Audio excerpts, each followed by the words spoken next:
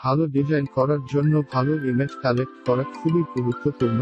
Design করার জন্য সবচেয়ে বেশি সময় ব্যয় করা হয় ভালো ইমেজ কালেকশনের জন্য, গ্রাফিক্স ডিজাইন বা ওয়েব ডিজাইন কিংবা ব্যক্তিগত ব্লগ বা ওয়েবসাইটের জন্য আমরা সাধারণত গুগল ইমেজ সার্চ দিয়ে থাকি, কিন্তু গুগল থেকে হাই রেজুলেশনের ইমেজ পাওয়া যায় না।